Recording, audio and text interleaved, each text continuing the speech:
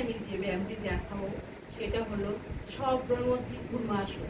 এই ব্যায়ামটা খুব উপকার আছে সবার ক্ষেত্রে, যাদের কোমরে বা পায়ে ব্যথা আছে এবং হজমের গোলমাল আছে, তা বাদে যারা একটু শর্ট ফিগার, বাচ্চাদের ক্ষেত্রে তারা খুব লম্বা হতে সাহায্য করে।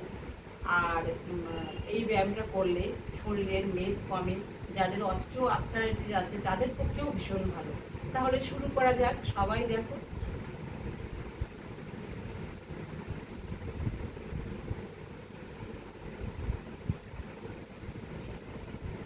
প্রথমে এরকম করে চেপে ধরতে হবে, তারপরে আস্তে করে মাথা গুঁজবে।